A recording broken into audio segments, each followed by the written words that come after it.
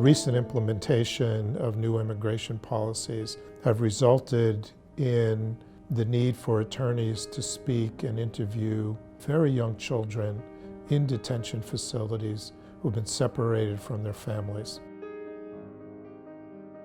Thousands and thousands of children have been separated from their families in the last 5 years. For some of the children, it meant that they were grabbing onto their mother's leg or grabbing their shirts or trying to hold on.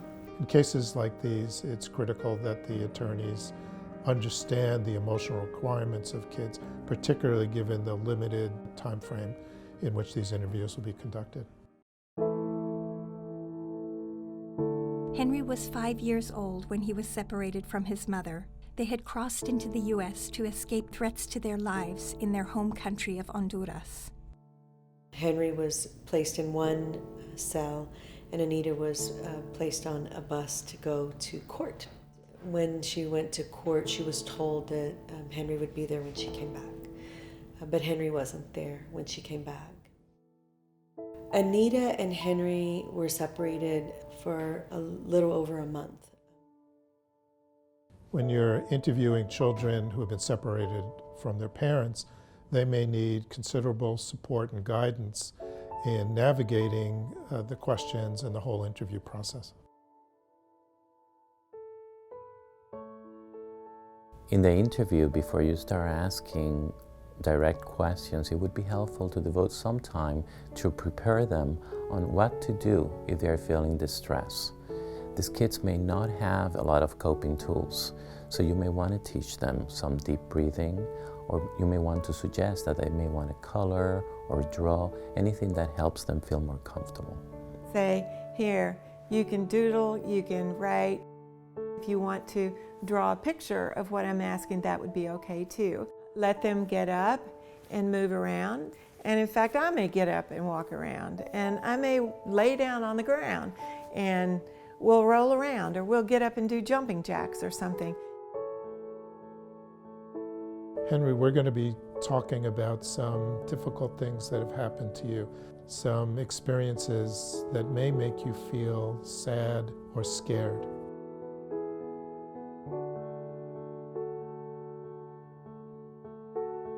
Checking in with the child and how they're doing from time to time is also very useful. First, it will acknowledge that they're being understood and supported, but also may give them an opportunity to express things that are unexpected. How are you doing? We can take a little break right now. I have some pictures here. Some of them are happy, some of them are sad. They show different emotions. How are you feeling? You want to point to one of them? Young children may cry or refuse to speak, but sometimes they will express distress as physical symptoms, like a stomach ache or a headache.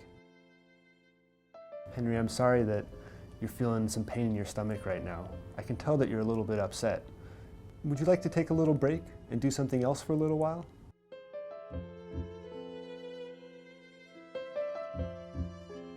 Look for opportunities to allow the child to make decisions. Even if the decisions seem relatively trivial or small, it can be important to engage the children in this way. For example, let the kids decide where they want to sit or if they want to sit, and make sure that they understand that they can stop the interview at any given time.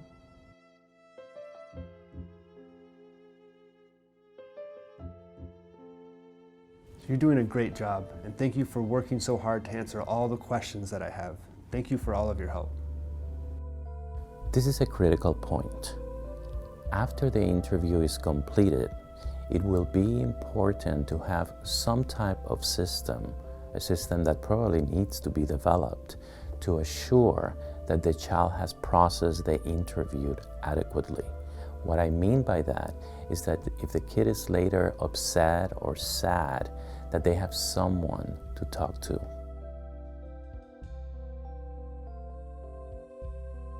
On the day that Anita was reunited with Henry, we went to the facility where Henry had been in custody, and he didn't get up. He didn't look at us.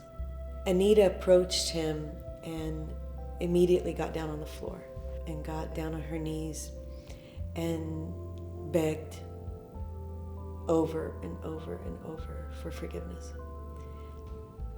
It's heartbreaking to watch a mother try to reconnect with her child. He didn't say much at all.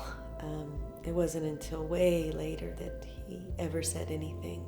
That's when he opened up to us and told us the story about having been taken back to the icebox, to the freezing cold holding cells. And he told us that he was really cold and that he was shivering and that he kept asking for a blanket.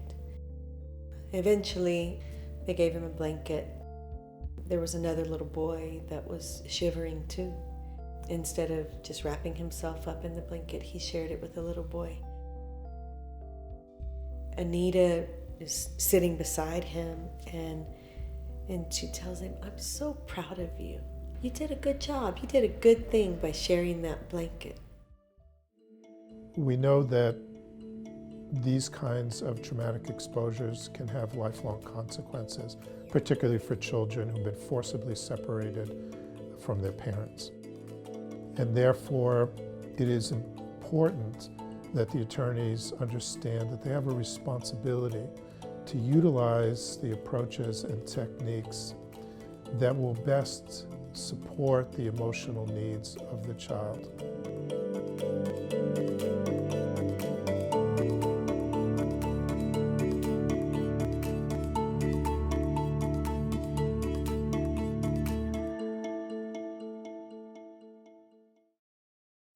By the way, can I just share with you Yes. that we usually think of death as the most horrible thing that can happen, is what we use as a criterion for PTSD, post-traumatic stress disorder. But young kids don't understand death. They think it's reversible, and they don't know it's universal. Also, it's something that happens to other people, but not to my family. So death, they really don't care that much. But being separated from a caretaker is the equivalent of death. It's like the worst thing that can happen to a child that's younger than 8 years old.